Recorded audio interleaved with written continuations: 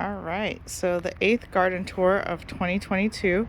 We're starting here even though it doesn't look like anything right now because I've seeded this area, which something's dug into it already. But I seeded here with wildflower seeds and poppies and blazing yellow, like a supposed to be like a native low maintenance type plant, which this area, I mean, I don't water it or anything. I just want something growing here. I think I have an allium from last year coming back, and definitely stuff digging in there. And then we still have the catnip, which has survived. This is gonna be its first full year in the ground, and it's doing good. So I actually would love for that to just take over this whole area, but I also seeded it too, just in case it doesn't. And then we have a new addition here of a blueberry plant. And so this is pink lemonade blueberry. This was the only one that they had at the nursery right now, and I figured I would give it a shot of getting it now rather than waiting until the spring. And it's gonna go in that pot, but tonight it's gonna get pretty cold, so I think I'm gonna wait to disturb the roots and all of that until tomorrow, where we'll have, I mean, cold, but more fall rather than winter type weather for next week. And then if we come over here, we have our other blueberry, which it's doing okay. This one is such a trooper because I think I say it every video, but it gets like minimal care and it just does its thing. And then we have our fig, which all the figs one by one have just been falling off. Again, totally normal. They weren't gonna ripe. It was too cold and getting too cold for them. But I'm just happy that the plant itself looks like it's doing okay, because I wasn't really sure about the pot and if the pot was holding too much water for it. But everything looks good there too. And then another new addition is this greenhouse, because as you will see in a minute, all the beds are looking pretty empty. I'm overwintering most of the peppers and pineapple. Basically have, and one eggplant, basically have about 24 plants in here right now. And that was all that I had dirt and pots for. So the ones I don't have dirt and pots for, you'll see out in the beds. Some have been, or they're going to be a bit of an experiment. So we have a couple different experiments going on. In the middle, that trash can is full of water, well, half full because it was pretty heavy. And the little white thing on top is a thermometer, just so I can keep track of how warm it's getting in there. But everybody seems to be doing pretty good in there. Pretty happy with this new addition, and it was super easy to put up. Definitely worth it. We had a blackberry experiment going on over here, and they did not do well. These guys were outside from when I took the cuttings about a month ago, and yeah, no, even this one here started with roots when I got the cutting, and it didn't make it. And I mean, I still see some green on some of these sticks, but I'm not very confident in them.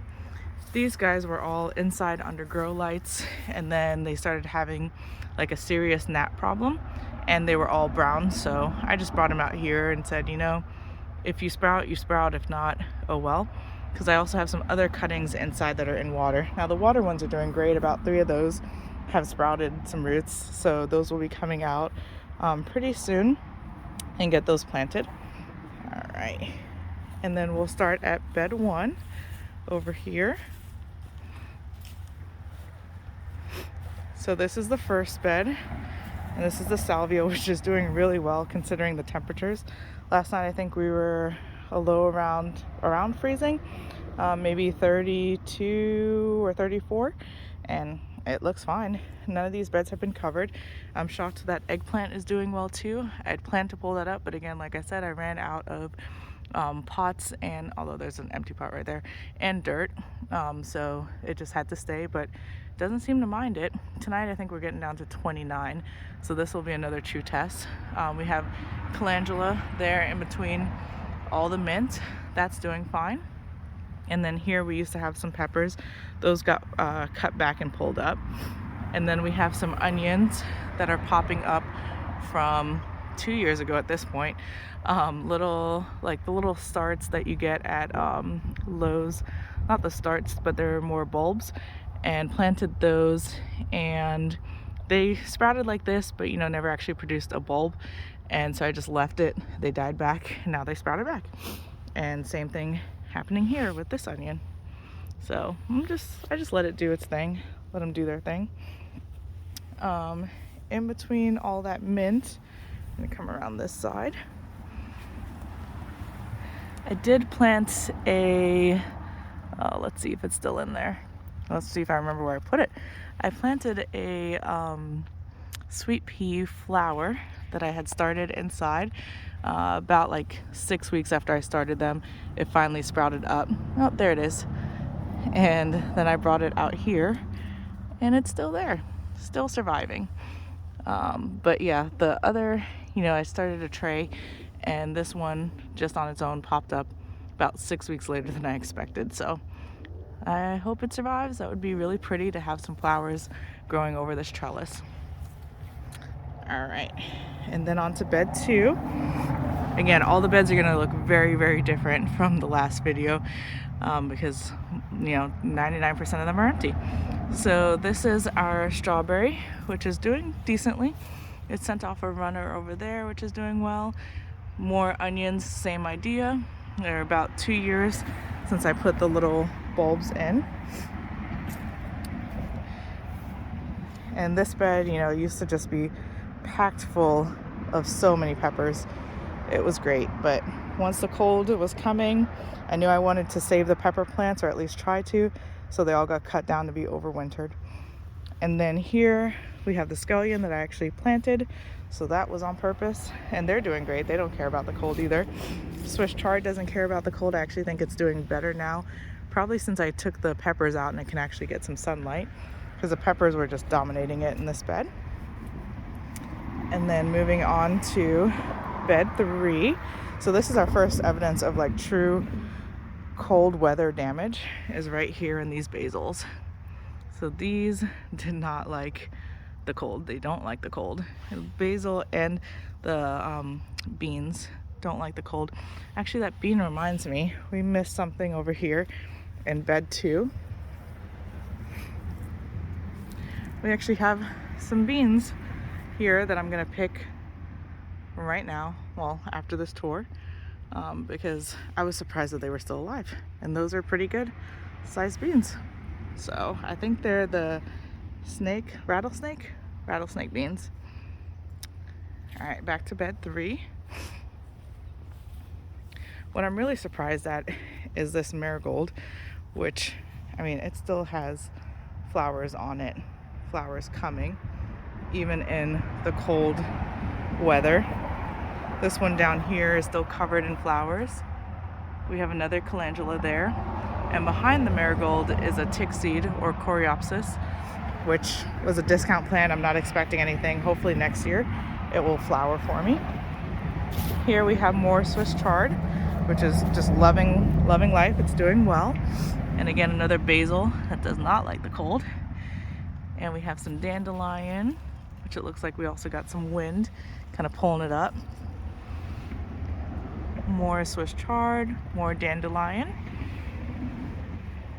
And that's bed 3. Let's head over to bed 4. So bed 4 is kind of our experiment bed, because I didn't pull up the peppers, most of the peppers that were in here. The only one I pulled up was the bird pepper and then the eggplant. And so here I remember that I had a big piece of plastic, which is the same plastic I have on the deck covering, and so I used that to kind of keep the frost off of the peppers that were left. And then the peppers on this side, I mean, all I could do was just cut them back. So we can see here, this is the Peruvian.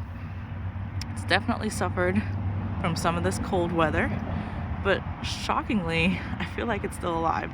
That I was not expecting. This is the shishito. Also wasn't expecting, I basically was not expecting any of these uncovered, unprotected peppers to still be alive, but they are proving me wrong. This is a Scotch bonnet there, and that one never actually produced fruit, so I'm like kind of sure that's a Scotch bonnet, kind of not. The dahlia is doing great. It's much happier in cooler weather. Although I think it doesn't like cold, so I doubt it's gonna flower, but I'm just gonna leave it alone and it can do its thing. And then we have more dandelion here. We have a cherry, which it's even trying to flower right now. It's definitely too cold for that. Got a bell pepper back there. More dandelion here. Another dahlia there. And then inside the tunnel, there's a dandelion we can see. And then there is a mini bell pepper here. And on the other side was another Scotch bonnet pepper. All right. And so bed 5. So this bed is where the blackberries are going to go. But in the meantime, I was just like, I just want to plant something in the dirt. So I planted some beans, which I wasn't really expecting to get beans off of. These were just like on sale at the dollar store. I think 4 for $1 pack of seeds, and beans are really good for soil health. So I decided to just plant some in there and see what happens. They took a really long time to germinate because something kept digging them up, but a couple of them came up and then cold happened. So not, like I said, expecting to get anything there. And then down the middle, I also just sprinkled like some salad green stuff, which is taking a while to really sprout and come up. You can see, you know, something's been digging in this whole thing. Probably squirrels. Squirrels love to dig in these beds. And then we have onions. So these onions were started from seed, and I'm pretty excited about that. This is the first time trying it from seed. So we got, you know, just onions kind of scattered around the bed. And then right down the middle is where I'm gonna put the blackberries. And then our newest bed, bed 6 here, something's been digging, which is very unfortunate because this is also the garlic bed. So here in the front we have leeks. Don't really know anything about leeks, but decided to try to grow them anyway, also grown from seed. And then on this side in the middle are cornflowers. So, or bachelor buttons are their other name. And then on the outside, these guys, it's garlic. So we have a couple of them that have already come up on this side, and then that side looks like they probably dug really close to it, but I don't think they actually dug up where the garlic would be, because I basically did garlic in 4 corners. I mean, there's one sprouting now, and then the flowers in between. So I hope the garlic here was not disturbed. We're just gonna kind of cover it over.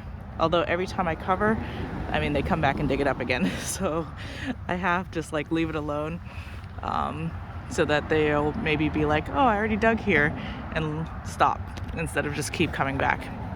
But anyway, so happy to see the garlic already sprouting and that the flowers are still alive and well.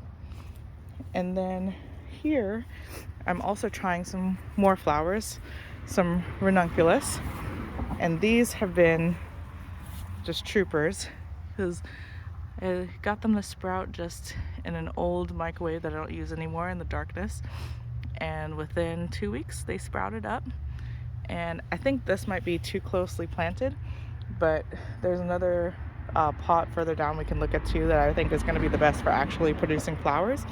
But I just wanted to put them into something, so I have, you know, some here, 3 more over here, and then 3 more over here. And they're all doing decently well, considering how frequently they get dug up and probably stepped on in the process of digging them up. So pretty happy with them overall. I really hope that they make it and I can see some pretty blooms. Speaking of blooms, the wildflower area is still in bloom, which is awesome.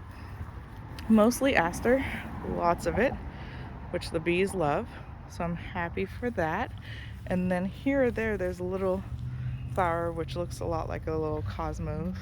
Let's zoom in a little bit here. Little cosmo flower. So it's just something kind of brighten up this whole area. And then back there we got the pomegranate doing well. And everything seems to be just surviving the cold pretty pretty well. It came a lot sooner than I was expecting. So even digging up the peppers was kind of a last minute grab as much as I could, which is why I didn't have enough pots and dirt. But I mean, everything is taking things really, really well. So let's just look at this last ranunculus, and then that will be our 8th and probably final garden tour of 2022. So it's here amongst what will be the irises in the spring. I've cut them back. I also planted some alliums in here too, and some yarrow. And then this bed also has like the thyme, which is doing well and spreading out everywhere. And even better than the thyme is the oregano, which is apparently loving the cold. So it's done really well. But there's the ranunculus that I think is going to give us the best shot of a good blooming, just because it has the most space, but also it's been dug up. So we'll just have to wait and see what happens. All right, and that is the 8th and most likely final tour of 2022.